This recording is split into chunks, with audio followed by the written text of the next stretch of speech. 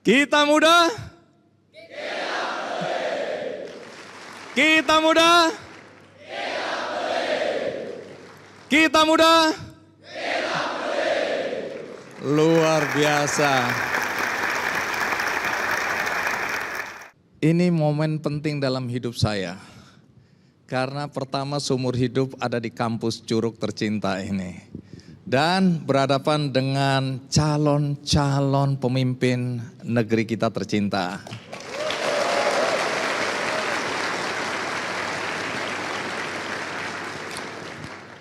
Dan yang lebih menarik, ketika saya masuk ke kampus Politeknik Penerbangan Indonesia Curug ini, saya melihat ada kebinekaan yang luar biasa yang ditampilkan secara fisik. Dan kemudian saya mendengarkan banyak cerita bagaimana kebinekaan itu dibangun sejak kita hari pertama berada di kampus ini. Dengan adanya tempat-tempat ibadah semua agama. Kita berikan aplaus untuk kita semua di sini. Merinding saya. Dan hari ini teman-teman, mahasiswa PPI Curug. Hari ini kita akan bicara tentang kebinekaan, keragaman. Di luar sana sering terjadi konflik berkaitan dengan golongan, suku, terutama agama. Tetapi hari ini saya mengundang dua figur yang menurut saya mencerminkan indahnya perbedaan, indahnya keberagaman, dan bagaimana kita hidup berdampingan tanpa harus berkonflik. Dua tamu kita ini istimewa sekali. Mari kita sambut Habib Jafar dan Pendeta Marcel. Aman itu.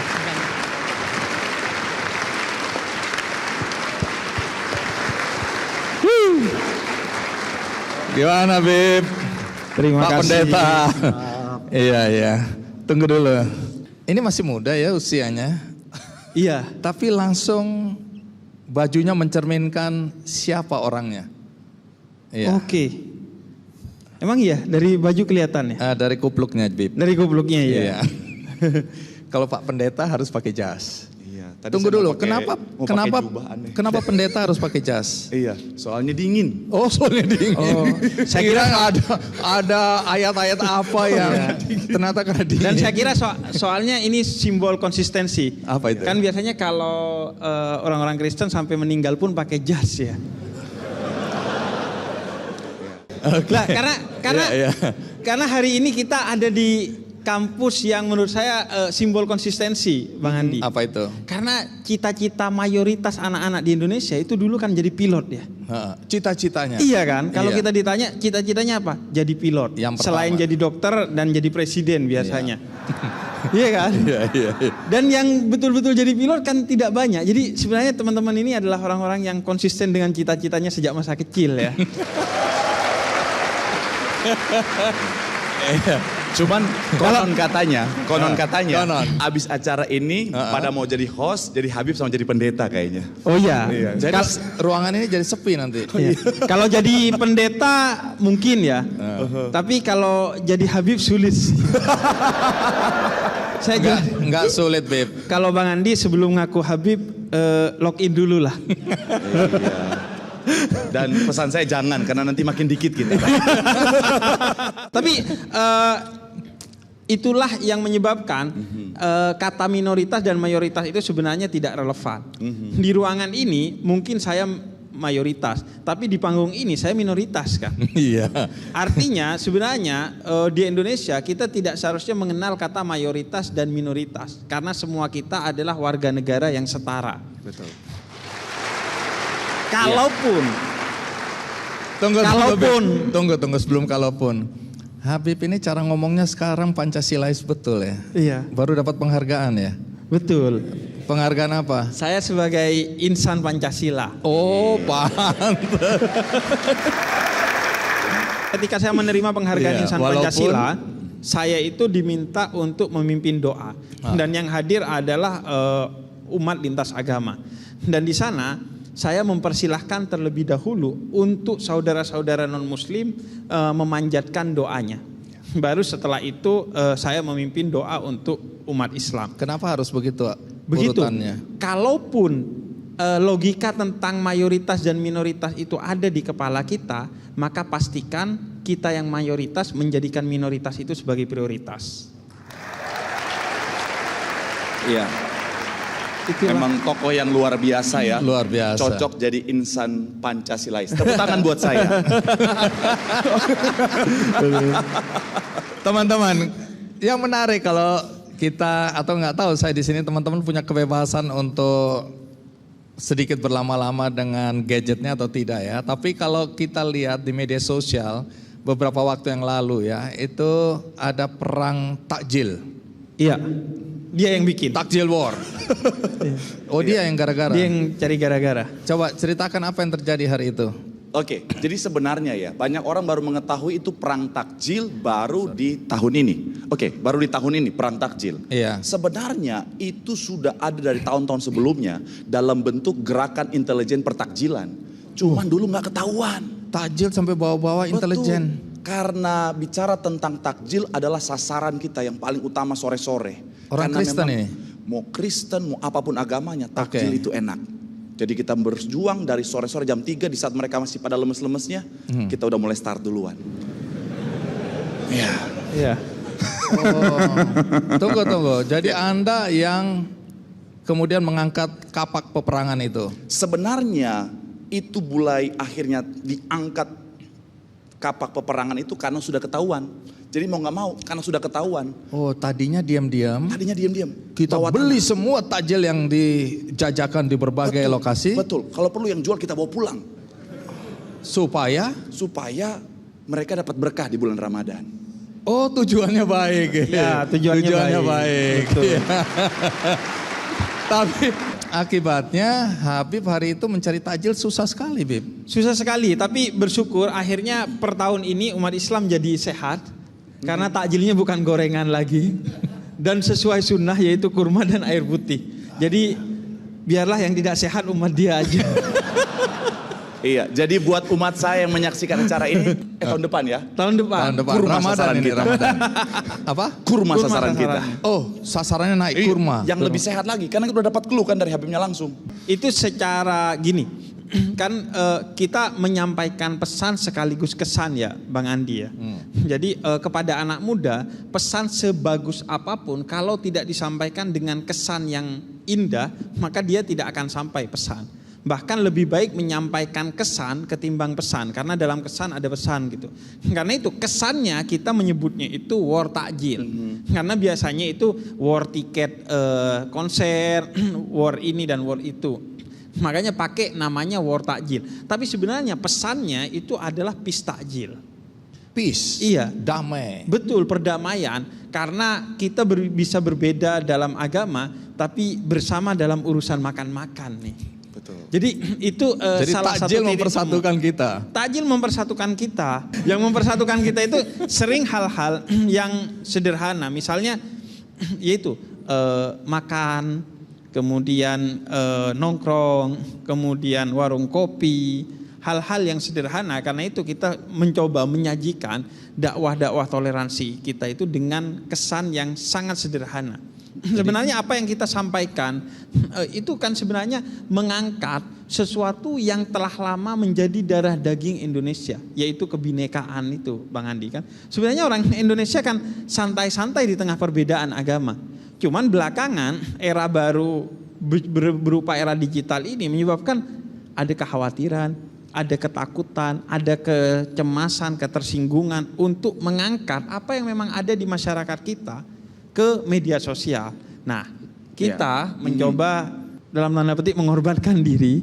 Mengorbankan diri. Karena misalnya tahun lalu awal-awal kita bikin login tuh Bang Andi, salah satu yang mempertemukan kita itu di login.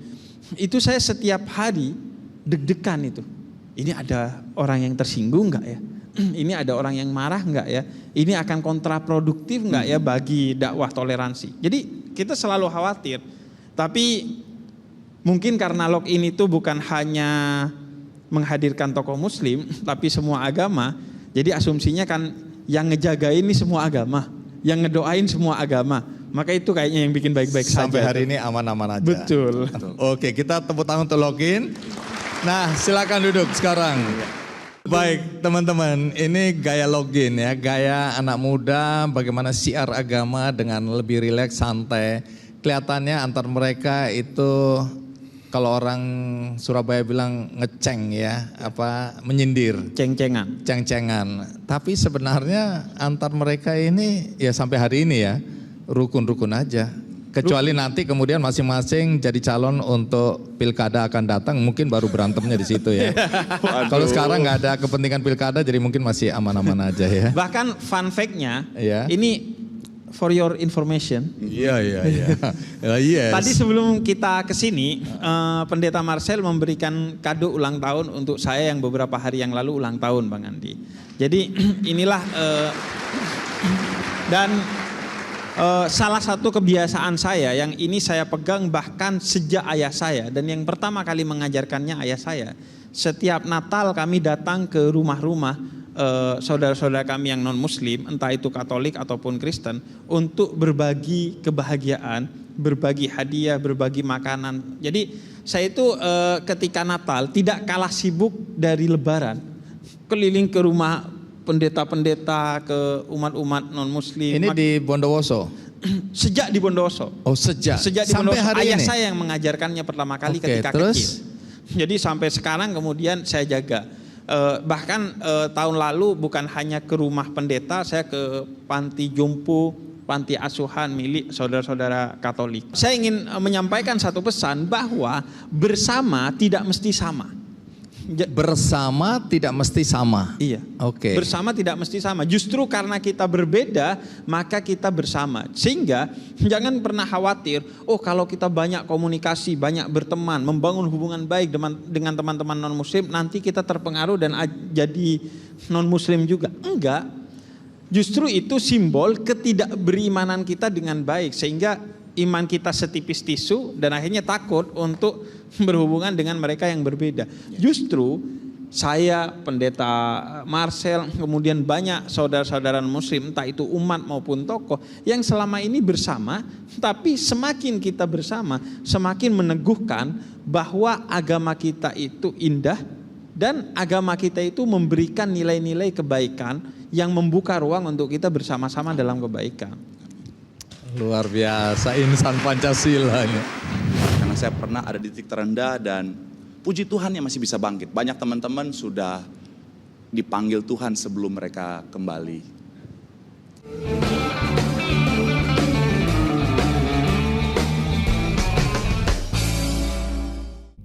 Senin ini dalam Go Healthy. Karena vonis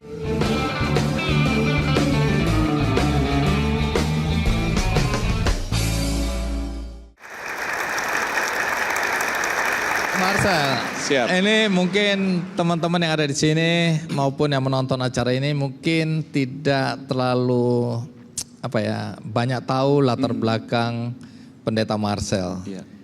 Pendeta Marcel ini asalnya dari mana sebenarnya? Saya lahir dan besar di satu kota yang sangat terkenal dengan toleransinya, yaitu Manado. Oh, Lahir Manado. dan besar di Asli Manado. Asli Manado. Orang tua, Mama saya asli Manado. Kalau papa sudah ada campuran sedikit, tapi kalau mama memang asli Manado. baik. Jadi sejak kecil dididik dalam agama Kristen. Betul sekali. Terus kemudian bagaimana ceritanya sampai kemudian ada di Jakarta? Jadi memang pada saat itu lahir dan besar di Manado, sekolah di Manado sampai kuliah di Manado, tapi akhirnya memutuskan untuk ke Jakarta. Karena berpikir waktu itu kalau di Manado terus itu ibarat lautan itu pinggir pantainya. Nah, untuk dapatkan cita-cita yang lebih besar lagi, makanya saya datang ke Jakarta, merantau ke Jakarta untuk mengadu nasib. Pada usia berapa itu? Itu 21 tahun. Mau jadi apa waktu ke Jakarta? Iya, memang Impiannya apa? memang agak memalukan, tapi saya sudah berdamai dengan diri saya sendiri mau jadi artis waktu itu.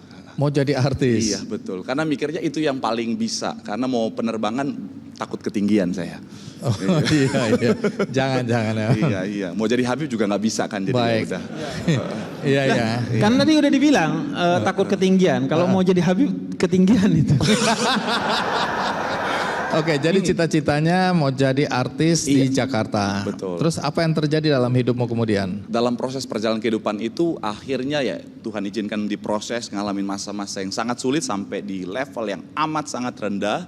Sampai akhirnya memutuskan untuk Tuhan, kalau Tuhan kasih aku kesempatan untuk hidup, aku mau kasih hidupku untuk kemuliaan nama Tuhan. Tapi gak kepikiran jadi pendeta, jadi mikirnya adalah dimanapun saya berkarir, saya gunakan itu untuk kemuliaan nama Tuhan. Karena dimanapun itu kan adalah ya ladang pelayanan kita ya.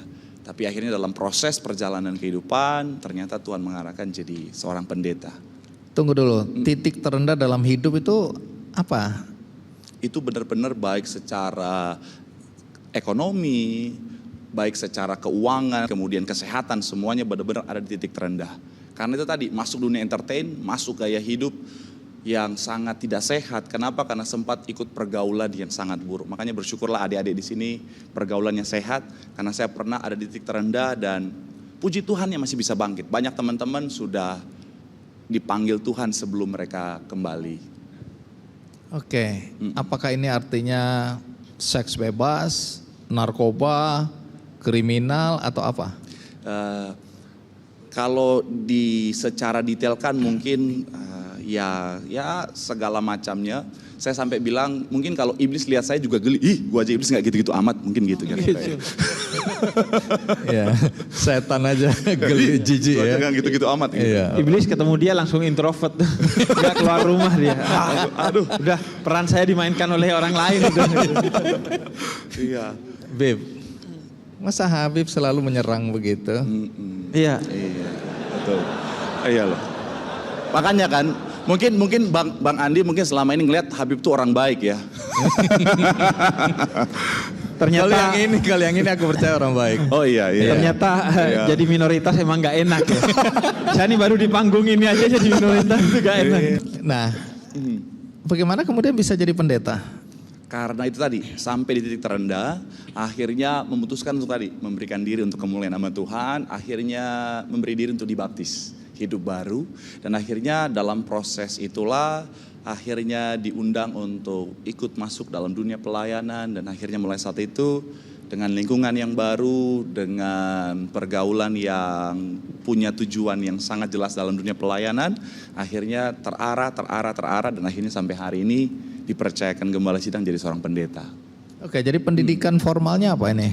Kalau untuk awalnya saya satunya justru ekonomi, nanti S2-nya baru ngambil master teologi ya. Oh, justru teologianya di S2-nya. Betul.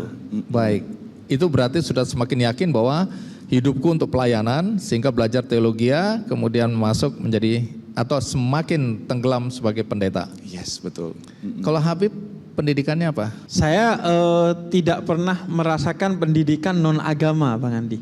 Jadi saya TK Islam, SD Islam, kemudian saya pesantren, kemudian S1 saya di bidang teologi Islam, akidah dan filsafat, dan S2 saya di bidang tafsir Al-Quran dan hadis. Jadi memang karena sejak kelas 1 SD, itu kolom cita-cita di raport saya yang menulis itu ayah saya. Dan apa ditulis oleh ayah situ? cita-citanya mungkin ini satu-satunya cita-cita yang pernah ada, menjadi ulama yang intelektual. Itu bahasa ayah saya. Tahun berapa dia menuliskannya itu? Itu berarti kelas 1 SD berarti tahun 90 awal. Nah, Habib menerjemahkan itu bagaimana waktu kecil ini? Ini kan semua orang pengen jadi pilot misalnya, pengen jadi tentara, pengen jadi dokter, terus jadi ulama yang intelektual. Ya, saya menganggap ayah saya aneh aja. Ini kata saya. Jadi ulama, saya ngerti ulama, tapi intelektual. Kenapa ayah saya menyematkan kata intelektual? Ayah saya berharap saya menjadi seorang ulama yang alhamdulillah seperti yang saya jalani sekarang, memiliki circle yang lebih luas, tidak hanya mengajar di masjid, di musola dan di majelis taklim, tapi juga memberikan dakwah di berbagai platform, bahkan di titik-titik yang orang anggap kayaknya nggak mungkin deh ada dakwah di sana. Misalnya saya pernah diminta untuk berdakwah spesial dalam pembukaan salah satu pantai di Banyuwangi. Jadi pembukaan pantai itu kan biasanya musik, band. Oke. Nah ini pengajian saya Bang Andi. Tempat hiburan di pantai begitu. Iya. Oke. Mungkin dia mikir biar pantainya nggak kenapa-kenapa nih, nggak ada tsunami, biar didoain Habib aja lah. Kemudian saya dulu sampai sekarang sekalipun sering dakwah di kafe-kafe Bang Andi. Kemudian saya juga sering ditanya dan menjawab tentang pertanyaan yang mungkin tidak mungkin orang tanyakan di masjid atau di musola kepada habib-habib dan kiai-kiai secara umum. Misalnya kalau jenazah di azan subuh, diazanin pakai azan subuh, di mana di dalamnya ada frasa tidur tidak lebih baik dari sholat, apakah jenazah itu akan bangun? Kata saya, jangankan jenazah, yang bangun aja kadang nggak sholat subuh itu. Yang nggak mati aja diazanin itu kadang nggak bangun tuh untuk sholat subuh. Atau kalau ternyata di akhirat nanti pahala dan dosa kita 50-50, apakah kita akan menjalani pertandingan ulang di dunia lagi gitu? Apakah ada extra time di dunia? Emang ada yang nanya gitu, Bib? Ada begitu. Dan itu Bang Andi, tentu tidak muncul dari kecerdasan ya kayaknya ya pertanyaan itu ya. Tapi saya yakin itu muncul dari rasa ingin tahu yang tulus dari hati yang bersih. Sehingga soal pahala dan dosa itu 50-50 itu dibahas secara utuh dalam Al-Quran di satu surat yang kemudian menjadi nama surat itu. Namanya surat Al-A'raf. Orang itu kan gak ngebayangin bahwa pembahasannya itu sekeren itu. Hingga ada satu surat dalam Al-Quran yang membahas khusus tentang itu. Tapi ya karena mereka menanyakan itu dari ketulusan hati dan mungkin niatnya sekedar tidak hanya bertanya tapi juga berjenaka, akhirnya pertanyaan itu justru pertanyaan yang penting sebenarnya. Atau misalnya ada orang yang nanya kepada saya, Bib, pintu surga itu ditarik apa didorong ya? Soalnya kan di minimarket tuh ada yang ditarik ada yang didorong. Kata saya yang jelas dikunci. Kalau kamu nggak punya kuncinya nggak bisa masuk tuh. Jadi itu yang membuat saya bersyukur karena ini adalah cita-cita ayah saya dan sampai sekarang saya meyakini saya menjadi seperti ini karena doa dan usaha dari ayah saya, bukan utamanya pada saya. Karena itu saya membiarkan nama saya disalahpahami menjadi Habib Jafar. Apa salah pahamnya di mana? Karena Jafar itu nama ayah saya, bukan nama saya Bang Andi. Nama saya itu Husain Jafar. Jadi keturunan Arab itu selalu namanya, kemudian nama ayahnya dan nama marganya. Husain Jafar Al-Haddar. Saya di sini dipanggil Habib Jafar. Ya nggak ada masalah. Popularitasnya milik ayah saya, yang penting fee-nya milik saya kan. Itu dia. Berarti kalau tadi Habib intelektual, I-nya itu berarti kepanjangan dari industri kayaknya berarti. Iya, kayaknya. Betul ya. Saya sekarang menjadi Habib industri. Ya. Dan begitu juga Pendeta Marcel. Iya. Dia pengen jadi artis gak jadi-jadi. Pas jadi pendeta justru dia jadi pendeta industri. Begitu orang dikasih tahu agamanya non-muslim misalnya di Indonesia, kemudian, hah? Non-muslim? Atau didiskriminasi dan lain sebagainya. Sehingga problemnya bukan tidak boleh bertanya agama, tapi tidak boleh mendiskriminasi orang karena agamanya atau karena latar belakang apapun.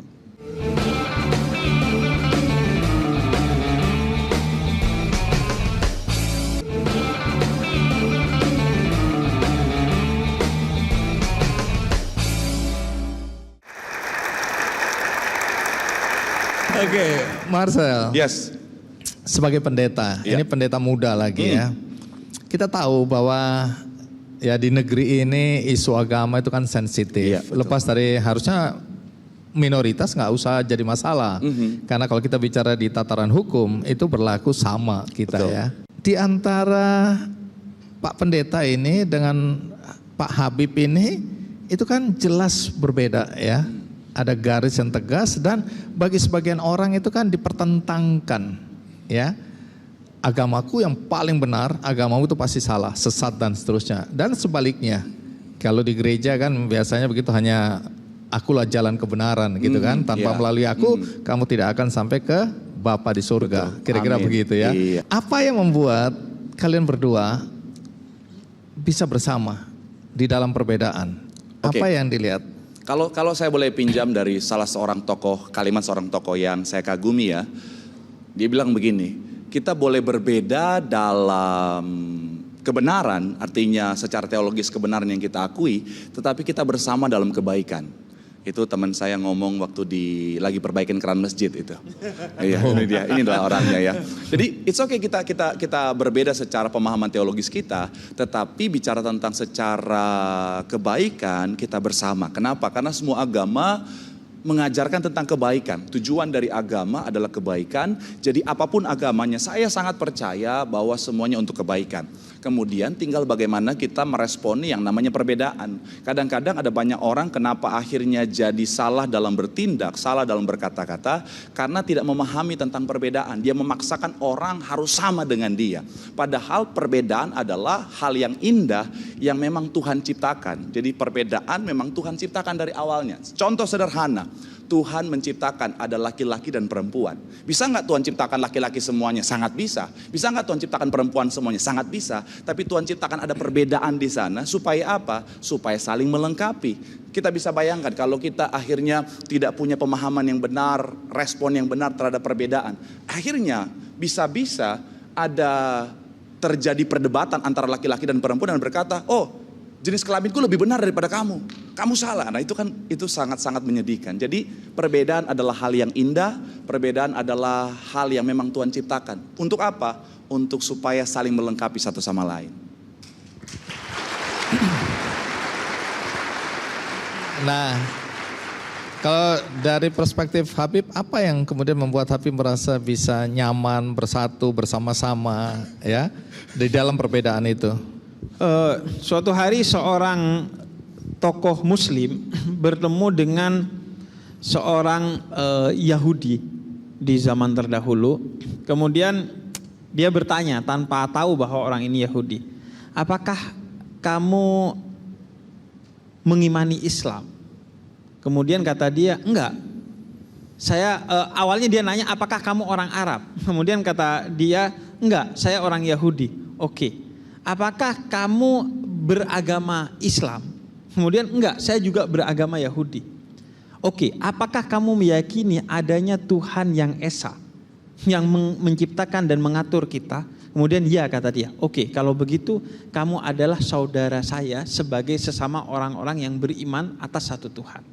Jadi kita diajarkan siapa yang bukan saudaramu dalam agama, dia adalah saudaramu dalam kemanusiaan. Tidak ada orang yang dalam segala sisinya dia berbeda. Selalu ada titik persamaan di antara dua orang, bahkan dua makhluk. Karena itu kalau dalam Islam jenjangnya jelas. Siapa yang bukan saudara sebagai sesama muslim, maka mungkin ia adalah saudara sebagai sesama bangsa. Kalau tidak saudara sebagai sesama bangsa dan sesama agama, dia adalah saudara sebagai sesama manusia. Kalaupun dia bukan manusia, maka dia adalah saudaramu sebagai sama makhluk Tuhan. Itulah yang kita diajarkan. Ada ukhuwah Islamiyah, persatuan sebagai sesama muslim, ukhuwah wataniyah, persatuan sebagai sesama orang Indonesia walaupun berbeda agama. Kemudian ada ukhuwah insaniyah, persaudaraan sebagai sesama manusia, dan ada ukhuwah makhlukiyah, persaudaraan sebagai sesama makhluk Tuhan. Jadi biarkan perbedaan itu bagi saya ya Bang Andi, itu menjadi komitmen hati dan pikiran kita. Yang orang ingin tahu dari kita adalah output dari kebenaran yang menjadi perbedaan di antara kita. Kalau kamu muslim, terus apa kontribusimu bagi bangsa Indonesia? Apa kontribusimu bagi perdamaian, kemanusiaan, harmonisme dan lain sebagainya? Begitu juga kalau kamu Kristen, Katolik dan lain sebagainya, apa kontribusinya? Itu yang ingin orang lihat. Bahkan Bang Andi, saya berupaya melakukan dan mengedukasi orang untuk kalau dia tahu agama orang itu, tidak menyebut dia sebagai non muslim, tapi menyebut agamanya. Cuman masalahnya kan di Indonesia kadang kita nggak tahu agamanya dia ini apa, sehingga kita menyebutnya ya udah non muslim aja. Tapi saya selalu konsisten. Kalau saya tahu agama seseorang itu, saya akan menyebut agamanya. Misalnya Pendeta Marcel sebagai seorang Kristen. Kenapa? Karena agama di Indonesia ini bukan hanya Islam dan bukan Islam. Maka hargailah setiap agama yang ada, hormatilah dari sejak di lisan dengan menyebut dia sesuai dengan agamanya. Karena bagi saya kadang di Indonesia itu nggak sopan nanya agama. Bahkan mungkin sebaiknya di kolom KTP nggak usah ada agama. Bagi saya enggak. Identitas agama itu penting karena secara administratif itu masih digunakan oleh kita. Paling tidak untuk pernikahan lah. Tapi kenapa orang banyak jangan ngomongin agama, jangan nanyain agama? Problemnya bukan pada nanya agamanya, tapi begitu orang dikasih tahu agamanya non muslim misalnya di Indonesia, kemudian non muslim atau didiskriminasi dan lain sebagainya. Sehingga problemnya bukan tidak boleh bertanya agama, tapi tidak boleh mendiskriminasi orang karena agamanya atau karena latar belakang apapun. Kenapa sampai sekarang terus mendakwakan toleransi? Karena satu aja orang intoleran itu bisa mengancam sendi-sendi kebangsaan dan kebersamaan kita.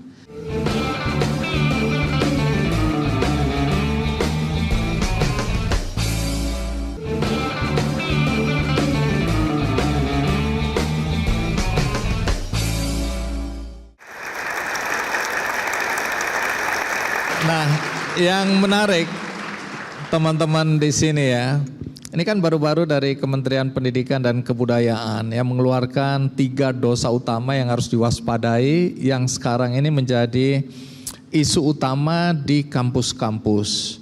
Pertama, tentang intoleransi. Kedua, perundungan, bullying. Ketiga, kekerasan seksual. Ini saya angkat juga di acara KKND Goes to Campus beberapa waktu lalu di beberapa kampus. Hari ini temanya tentang intoleransi. Nah, kita bicara soal perundungan dulu ya, bullying. Ini kan ada dari sekolah dasar atau ada di sekitar kita sampai di bangku kuliah, bahkan sampai di pekerjaan ya. Di dalam kekristenan ya, ini kita bicara nilai-nilai yang ada di dalam agama masing-masing misalnya. Di dalam kekristenan dan di dalam agama Islam, soal kekerasan bullying ini ada nggak dibicarakan atau menjadi isu penting yang disampaikan kepada umat masing-masing? Mungkin dari Pendeta Marcel dulu. Oke, kalau bicara tentang bullying ya, sebenarnya itu akan bisa teratasi kalau si pelaku itu dalam tanda kutip dia menyadari dari perspektif Kristen tentang satu hal yang paling esensi dalam kekristenan adalah bicara tentang kasih. Kalau saya bisa peras Alkitab jadi satu kata, maka yang keluar adalah kasih. Jadi biasanya ada banyak orang akhirnya membuli orang lain karena dia merasa dia lebih hebat, karena dia merasa dia lebih punya power, akhirnya dia membuli orang lain. Padahal kalau dia sadar bahwa dia harusnya mengasihi dengan kekuatan yang lebih yang sebenarnya dia miliki, harusnya dia gunakan itu untuk menolong, dia gunakan itu untuk kebaikan, untuk mengarahkan dan lain sebagainya. Jadi kalau ditanya dasar Kristennya itu tadi, harusnya ketika dia paham kekristenan, dia paham tentang yang paling esensi yaitu kasih tadi. Kasih ya. Kasih, betul. Oke, kalau dalam Islam soal kekerasan, perundungan, bullying ya, bagaimana? Kita semua adalah ciptaan Tuhan. Tidak ada yang berkekurangan. Yang ada kita semua itu unik. Unik itu disebut kekurangan oleh mata manusia yang penuh dengan keterbatasan. Padahal itu bukan kekurangan, itu keunikan. Makanya dalam Islam laqad khalaqnal insana fi ahsani taqwim. Kata Al-Qur'an, semua kamu itu istimewa diciptakan oleh Tuhan. Sehingga siapa yang membuli orang lain, apalagi melakukan tindakan kekerasan orang lain karena identitas-identitasnya, entah latar belakangnya, suku, agama dan lain sebagainya, atau fisiknya, berarti dia telah menghina yang membuat manusia tersebut, yaitu Tuhan. Karena itu tegas sekali misalnya dalam salah satu ayatnya Allah pernah mengkritik sahabat-sahabat Nabi yang membuli seorang Abdullah ibn Ummi Maktum karena buta, karena tidak bisa melihat. Sebenarnya tidak dibuli, Cuman beliau datang saat para sahabat itu sedang sibuk berdiskusi.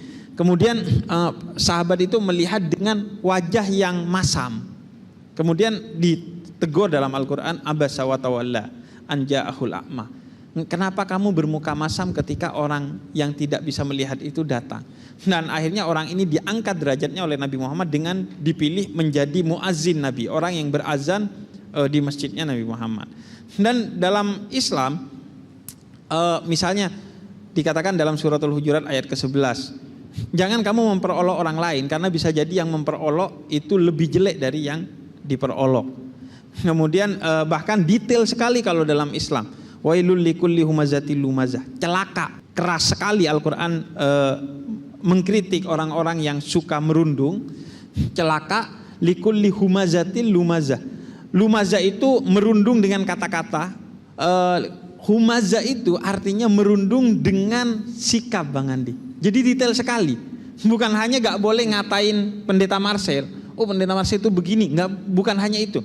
Tapi dengan sikap pun gak boleh. Karena di Indonesia itu justru yang lebih powerful dengan sikap. Misalnya saya duduk dengan Bang Andi, kemudian pendeta Marcel. Jangan yang kasih contoh jelek ke aku ya. Enggak, makanya dengan Bang Andi saya duduk, Iya. Marcel kemudian datang. Oke. Kemudian kita, Jangan juga saya ya, jangan ya. Ya, ini dia Siapa mau bilang, contohnya ya?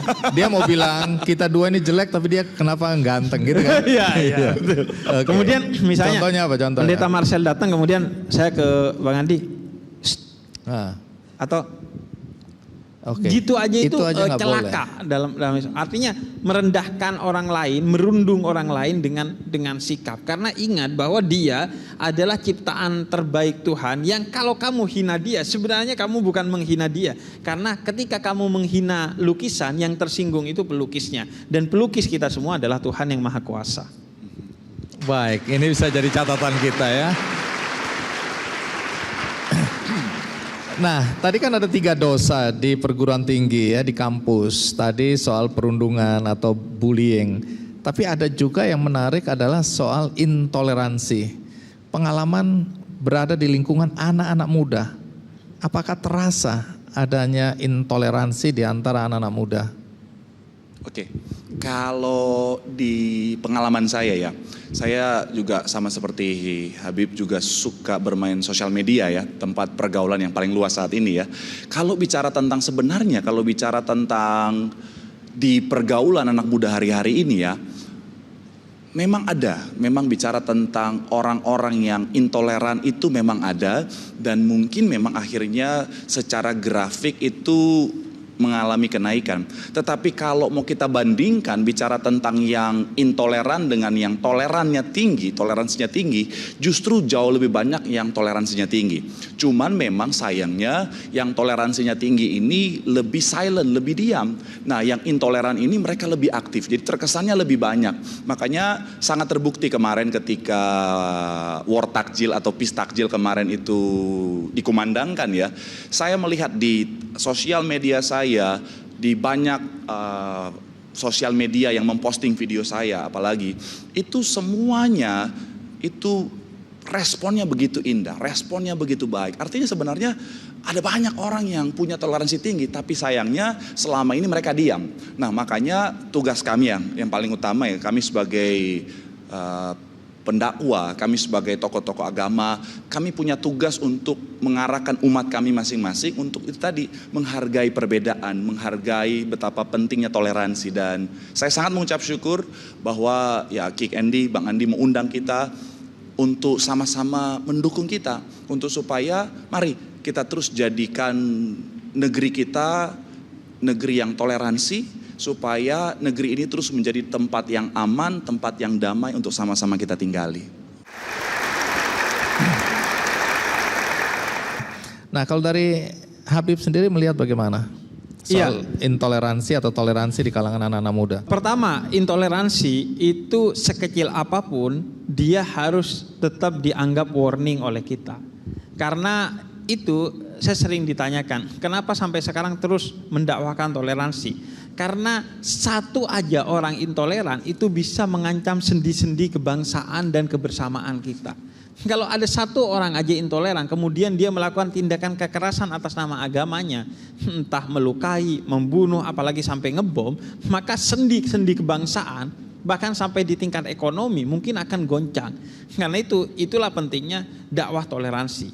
Makanya saya sering bilang bahwa seharusnya kita harus bekerja lebih keras lagi agar kita berbicara tidak hanya di ruang dengung di mana isinya hanya orang-orang yang sebenarnya toleran. Seringkali acara-acara toleransi di Indonesia itu menghadirkan orang-orang yang sudah toleran, sehingga kemudian semua saling mengiyakan dan membenarkan saja. Karena itu dan juga problemnya seringkali toleransi hanya jadi basa-basi. Oh, saya kalau ketemu dengan Pendeta Marcel dan Bang Andi tampak toleran sekali, tapi ketika saya sendiri di rumah, di medsos, saya bisa menjadi pribadi yang intoleran karena saya ngerasa kalau di medsos orang nggak ketahuan dengan akun anonim dan lain sebagainya, sehingga angkanya masih tinggi karena kita nggak tahu apa yang terjadi di luar sana karena kumpulan kita adalah orang-orang yang toleran. Karena itu bisa jadi juga ada variabel tadi yang mayoritas toleran itu silent. Kemudian ada juga variabel ini yang sering saya temui Bang Andi. Anak mudanya sebenarnya toleran-toleran aja, tapi orang tuanya sebenarnya anak-anak mudanya itu fine-fine aja. Sehingga mereka sebenarnya punya grup WhatsApp yang nggak ada bapak-bapaknya tuh. Untuk ngeluarin bapak-bapak dari grup WhatsApp itu kan nggak enak. Pantesan aku nggak ada di situ ya. Iya. Jadi kalau Bang Andi ngelihat grup WhatsApp tiba-tiba sepi, itu bukan tiba-tiba sepi. Anda yang nggak diajak ke grup WhatsApp baru tuh. Iya, terima kasih. Aku soalnya dari kemarin masih bertanya-tanya.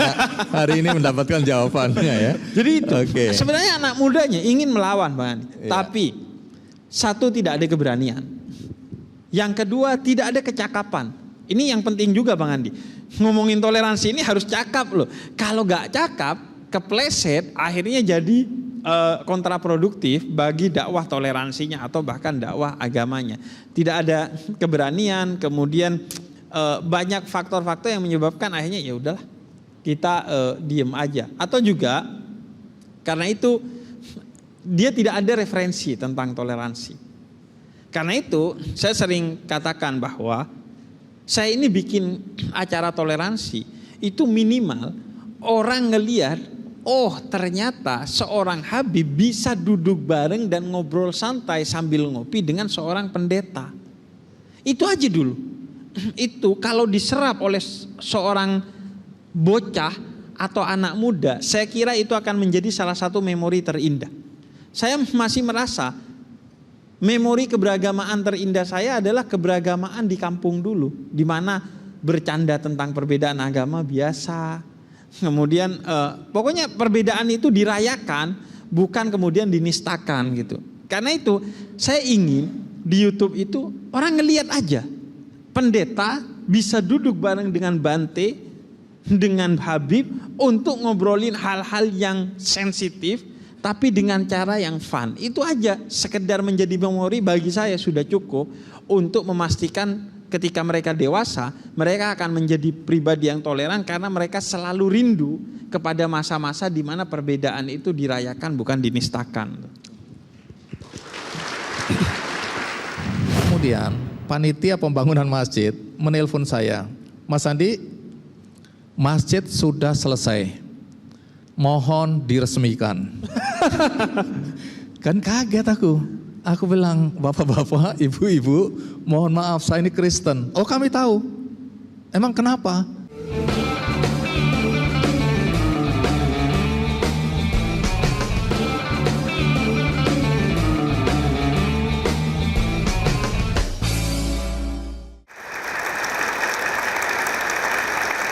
Baik, setelah ini nanti ada teman-teman mahasiswa yang mewakili ya untuk bertanya menggantikan saya. Tapi sebelum sampai ke situ, ada juga sekelompok orang yang mengatakan bahwa kalau kita menolong seseorang, kita tolong orang yang seagama dulu, atau bahkan yang seagama saja. Nah, kalau dalam Kristen bagaimana? Bahwa dalam kekristenan menyatakan bahwa even musuh artinya orang yang membenci kita, orang yang menyakiti kita kita harus mengasihi mereka, menolong mereka, membantu mereka. Apalagi bicara tentang orang-orang yang di sekitar kita yang membutuhkan. Jadi itu tadi, dalam kekristenan sangat jelas kita harus menolong, harus menjadi berkat, harus bisa menabur kebaikan bagi siapapun, dimanapun ketika kita punya kemampuan untuk itu. Baik, jadi tidak bisa lagi bilang bahwa yang kita harus bantu itu hanya orang yang seiman sama kita atau orang yang agamanya sama. Betul. Kalau Sesama dalam manusia. Islam bagaimana? Suatu hari Nabi Muhammad berhenti dari khutbahnya, turun dari mimbarnya, keluar dari masjidnya, berdiri di depan masjidnya, menundukkan kepala sebagai penghormatan kepada satu orang jenazah yang sedang digotong melewati depan masjidnya Nabi Muhammad. Kemudian sahabat menyampaikan kepada Nabi Muhammad, "Wahai Nabi, sesungguhnya dia seorang Yahudi. Mungkin engkau menghormatinya karena engkau kira itu seorang Muslim yang sedang digotong sebagai jenazah." Kemudian kata Nabi, "Bukankah dia manusia? Dan siapapun yang bukan saudaramu dalam agama, dia adalah saudaramu sebagai sesama manusia." Jadi kita tidak pilih-pilih, tidak selektif untuk urusan kebaikan. Sebagaimana kalau dalam Islam sifat Tuhan Ar-Rahman Ar-Rahim. Rahim itu kebaikan atau kasih Tuhan yang diberikan kepada siapa saja yang menuju kepada Tuhan. Tapi Rahman itu kasih Tuhan yang diberikan kepada siapa saja yang Tuhan ciptakan. Meskipun dia tidak nyembah Tuhan atau menentang Tuhan sekalipun, dia tetap Tuhan beri kasihnya.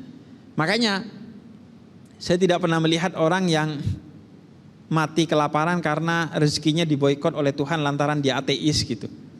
Meskipun jodoh di tangan Tuhan, tapi orang ateis tetap nikah kok. Saya gak pernah dengar kabar itu orang ateis gak nemu jodohnya karena jodohnya diboikot sama Tuhan tuh, dihack sama Tuhan tuh, gak ada tuh. Padahal dia gak bertuhan tuh. Jadi ya tahallaku bi ahlakillah, puncak pencapaian sebagai seorang muslim adalah berakhlak atau berperilaku seperti akhlak dan perilakunya Tuhan yang tidak pernah pilih-pilih untuk berbuat baik kepada siapa saja.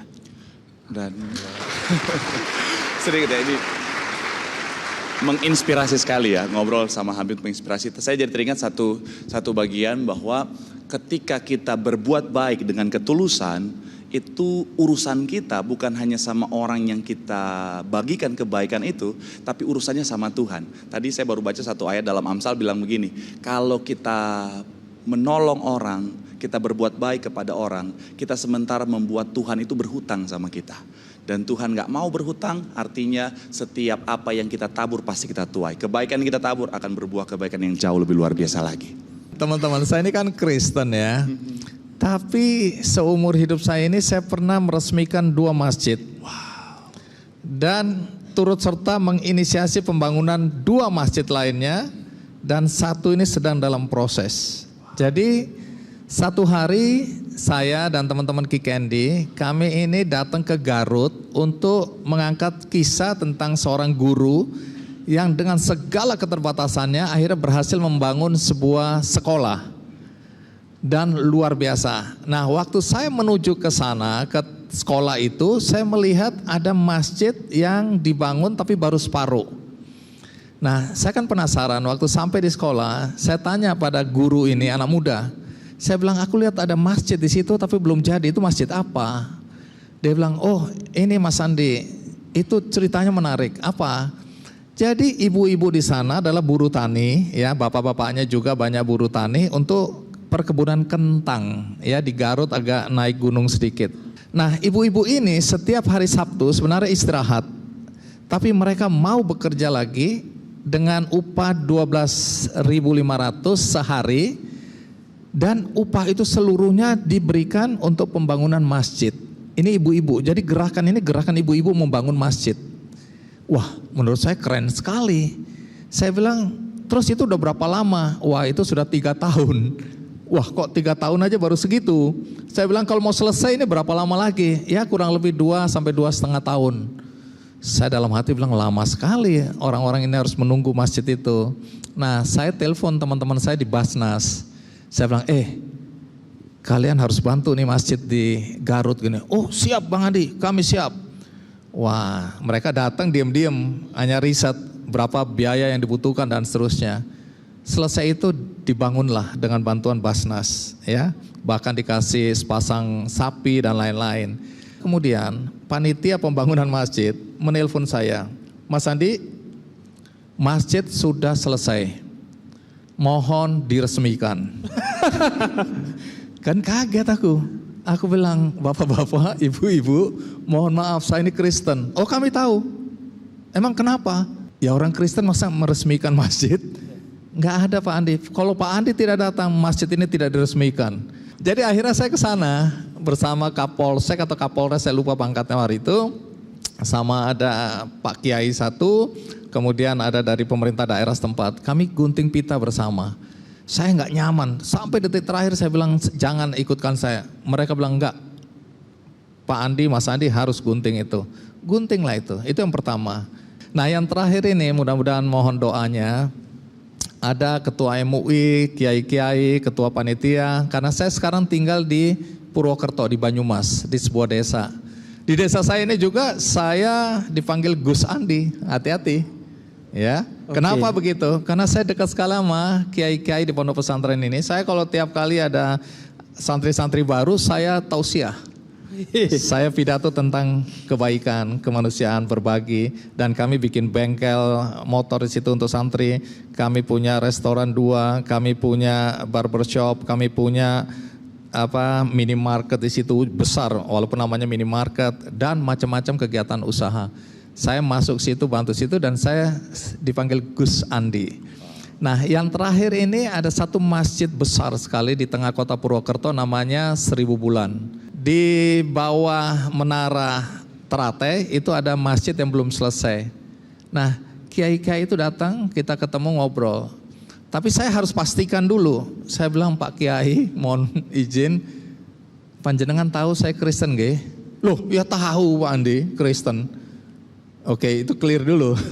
Nah, setelah itu baru saya bilang, oke, nah, sekarang mudah-mudahan ini dalam waktu dekat akan dibantu oleh PUPR. Jadi mohon doanya kalau masjid ini jadi, ini masjid terbesar di Purwokerto dan paling megah, dan ini akan menjadi tujuan wisata religi di Banyumas. Ya. Izinkan saya mengapresiasi apa yang dilakukan oleh Bang Andi bersama partnernya. Karena gini, toleransi itu yang paling rendah adalah saling menjaga. Saya tidak mau ganggu kamu, kamu jangan ganggu saya. Kemudian versi yang lebih tinggi adalah saling memahami satu sama lain. Dan yang tertinggi, puncak dari toleransi itu adalah saling berkolaborasi dalam kebaikan. Jadi bukan hanya saling menjaga dan saling memahami, tapi juga saling bersama untuk apa-apa yang dianggap kebaikan bersama oleh kita. Saya juga melakukan apa yang dilakukan Bang Andi. Bangun gereja. Coba ceritakan. Enggak, saya tidak sampai sejauh itu. Saya tidak sejauh itu. Tapi misalnya ada seorang anak SMA yang dia seorang Katolik di daerah Indonesia Timur, ingin menjadi dokter. Kemudian dia DM saya. Dan kebetulan dia yang kemudian menginisiasi saya untuk bikin yayasan yang concern di berbagai bidang, salah satunya memberikan beasiswa. Dia bilang saya ingin jadi dokter. Kata saya syaratnya adalah saya kasih beasiswa kamu asalkan kamu tidak pindah dari Indonesia Timur. Tapi kamu mengabdi di Indonesia Timur, memberikan pelayanan untuk orang-orang yang membutuhkan kamu sebagai seorang dokter di Indonesia Timur. Dan dia bilang iya. Dan akhirnya saya berikan beasiswa bagi dia dari uang pribadi saya yang saya masukkan ke yayasan. Walaupun dia seorang Katolik, tapi kata saya silakan jadi dokter yang baik, layani siapa saja yang membutuhkan pelayananmu tanpa membedakan suku, agama dan lain sebagainya. Dan bersyukur akhirnya dia sekarang menjadi seorang dokter. Tanpa harus pindah agama ya. Ada juga teman yang mempertanyakan, kok saya lebih banyak membantu teman-teman Muslim ketimbang yang Kristen? Saya bilang karena memang mayoritas kita bicara tentang kemanusiaan. Kalau kemanusiaan saya nggak akan bicara tentang agama lagi. Istri saya juga suka tanyain bagaimana kita apa harus berimbang. Saya bilang enggak. Pokoknya di depan mata kita siapa yang hati kita terpanggil untuk bantu. Masalah agama itu sudah selesai. Jadi jangan lagi bicara agama di sini. Kalau menurut saya ini maaf mungkin salah. Tapi kita bicara tentang kemanusiaan. Jadi buat saya agamanya apa, tapi ketika dia membutuhkan bantuan, pasti saya bantu. Itu intinya ya. Ini menjelang pilkada nih Pak Pendeta dan Habib, muncul kekhawatiran penggunaan agama itu sebagai isu untuk memenangkan kontestasi. Masyarakat tuh khawatir isu agama ini tuh akan memicu konflik di antara masyarakat.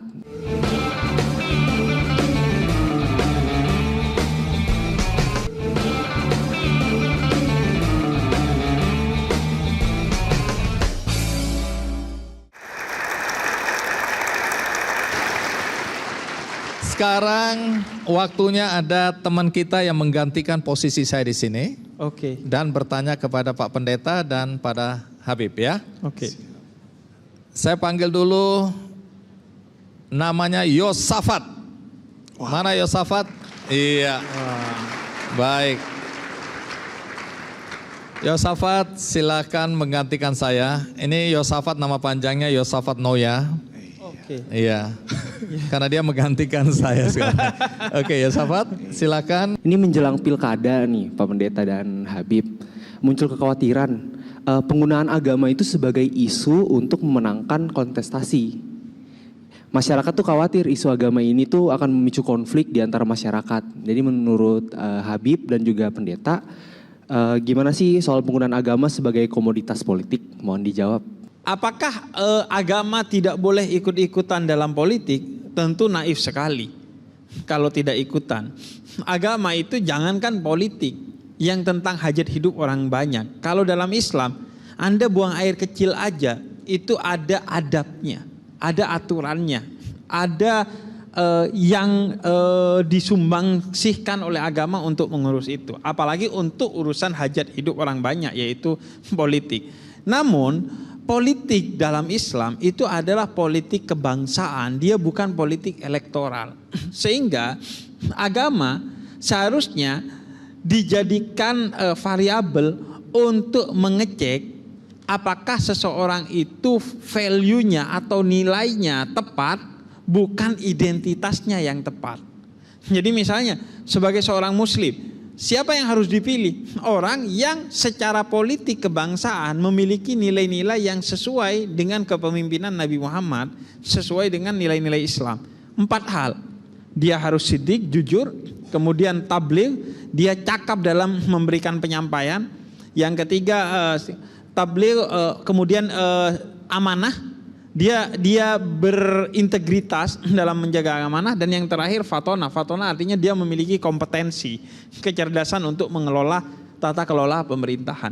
Jadi bukan agama sebagai identitas, tapi agama sebagai nilai, sehingga kemudian yang lahir bukan hanya orang yang agamanya A, B atau C, tapi orang yang betul-betul memegang teguh agamanya. Sehingga siapa yang berpegang teguh kepada agamanya, pasti dia akan baik kepada sesamanya gitu. Baik, tepuk tangan dulu untuk Habib. Oke, selanjutnya izin untuk Pak Pendeta. Ketika bicara tentang memilih pemimpin, yang harus kita lihat tadi nilai yang dia pegang. Karena apapun agamanya, ketika mohon maaf nilai akhlaknya itu hancur, maka itu akan mempengaruhi cara kepemimpinannya, dan akhirnya apa? Bisa berdampak kepada kita yang dipimpin. Makanya tadi nilai yang dia pegang itu haruslah yang baik. Kemudian bukan hanya bicara tentang nilai yang dia pegang, juga bicara tentang kemampuannya dalam memimpin. Karena sekalipun misalnya saya melihat ada orang yang mungkin seagama dengan saya, tapi dia tidak punya kemampuan dalam memimpin, nah itu akan sangat berbahaya. Kenapa? Karena jika sesuatu diserahkan kepada yang bukan ahlinya, tinggal tunggu waktunya untuk hancur. Betul begitu, Bib? Betul. Oh, betul sekali ya.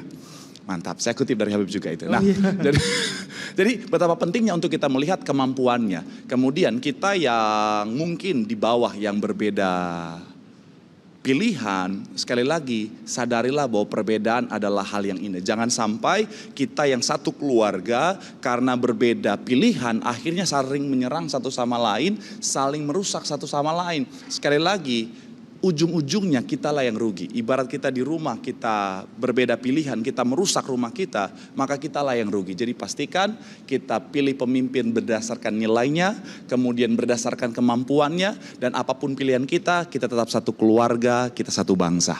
Baik, tepuk tangan dulu untuk Pak Pendeta. Kita berikan aplaus untuk Yosafat. Yosafat. Ini buku sebagai ganjaran atas kebaikanmu. Good Habits, Bad Habits. Cara membentuk kebiasaan baik untuk menghasilkan perubahan positif. Ya, terima kasih. Baik, di ujung acara kita ada baiknya ada closing statement. Jadi kata penutup untuk disampaikan apa yang kita bicarakan ini kan banyak sekali tadi. Tapi apa poin yang Pendeta Marcel mau sampaikan kepada teman-teman mahasiswa di PPI Curug ini sebagai kesimpulan dari apa yang ingin disampaikan sejak awal tadi? Terima kasih, saya sangat senang boleh dikasih kesempatan. Memang kalau bicara tentang PPI itu saya banget. Kenapa? Karena saya banget. Kenapa? Karena PPI itu sebenarnya pendeta-pendeta Indonesia sebenarnya. Iya. Nggak bisa dipungkiri bahwa kita lahir di Indonesia dengan segala keberagaman. Kita sebagai generasi muda, mari kita jangan diam saja. Mari kita rubah masa depan kita, artinya bicara tentang kita yang sudah dikasih kesempatan di usia muda. Mari kita sama-sama membangun bangsa ini. Mari sama-sama kita membangun negeri kita supaya menjadi negeri yang penuh dengan toleransi. Supaya negeri kita menjadi negeri yang damai, negeri yang indah, negeri yang nyaman untuk sama-sama kita tinggali. Dan juga keturunan kita supaya Indonesia menjadi negara yang luar biasa. Dan semuanya tentunya akan mendapatkan hasil yang baik, kita bisa nikmati secara bersama-sama. Baik, terima kasih Pendeta Marcel dan Habib Jafar. Oke. Apa? PPI, saya cuman ngomong di sini. Ini saya gak pernah ceritakan sebelumnya di mana-mana. Sebenarnya nama panjang saya itu Habib PPI Jafar. Saking PPI-nya saya itu, sebenarnya PPI itu nama tengah saya itu loh. Karena PPI itu kan bukankah artinya pendakwah-pendakwah Islam ya?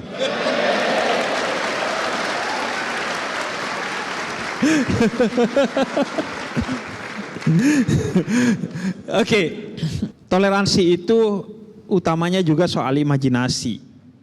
Maka saya ingin mengajak kita berimajinasi tentang sesuatu yang dekat dengan kita semua di sini.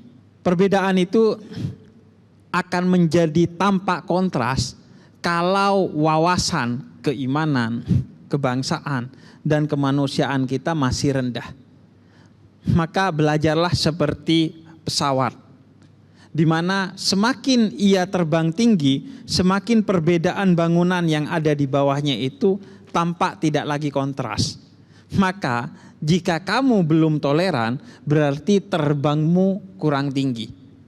Maka terbanglah, ambillah wawasan-wawasan dalam kebangsaan, keberagamaan, dan kemanusiaan. Karena semakin kamu berwawasan, maka seperti pesawat yang semakin terbang tinggi, sehingga perbedaan-perbedaan yang tadinya mencolok dari tekstur bangunannya, arsitekturnya, kemudian warna, catnya, semua semakin tidak tampak, tidak penting, dan yang terpenting adalah kebersamaan.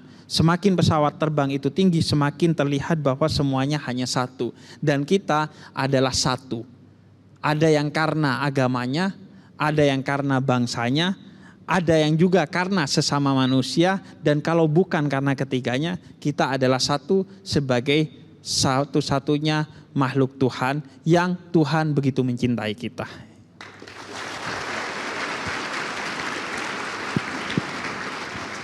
Iya, terima kasih.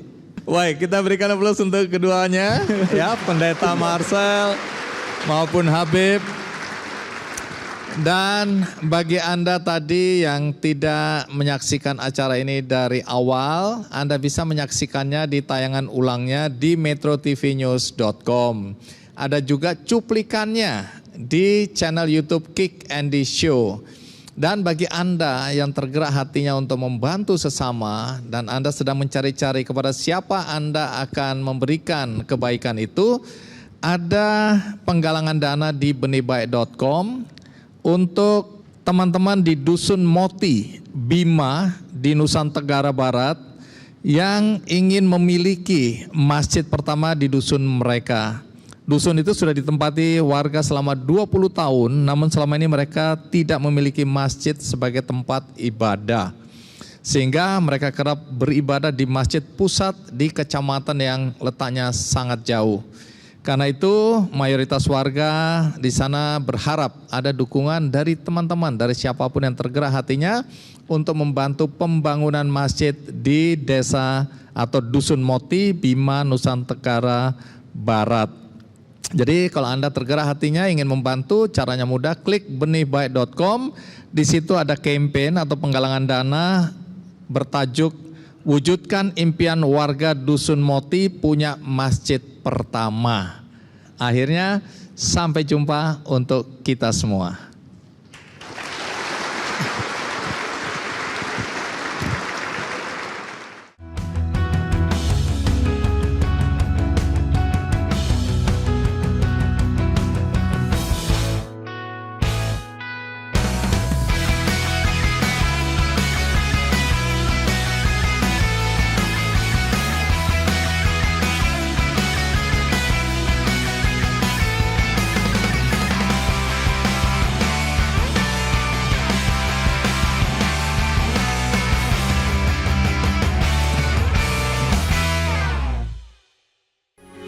Metro TV. Jelajahi cara baru mendapatkan informasi. Download Metro TV Extend sekarang.